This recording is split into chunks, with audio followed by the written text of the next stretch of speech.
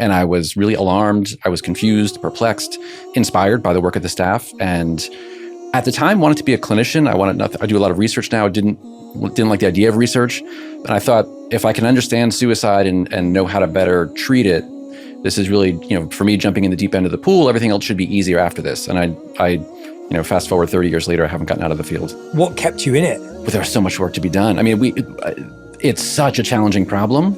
And it grabbed me philosophically. I was a sort of philosophy, biology interested young person and found psychology. And suicide touches so many different disciplines. Epidemiologically, public health-wise, it's a huge taker of life.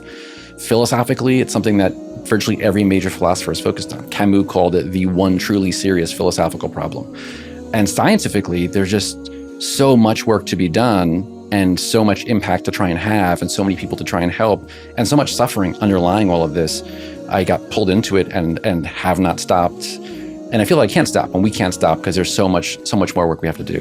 What's the biggest myth about suicide that you think it's important to dismantle before we dive in? One of the biggest ones is, there's so many.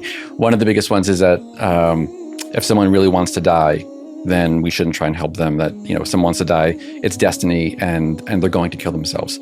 Not at all true. Most people who try and kill themselves are ambivalent.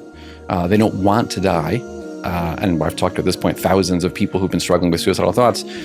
90% of people who try and kill themselves say, I didn't want to die per se. I wanted to escape from seemingly intolerable pain. And for most people, they're able to work through that and survive. And most people who try and kill themselves don't end up dying by suicide. So there's a lot that we could do to better help people who are having suicidal thoughts and who are at risk for suicide.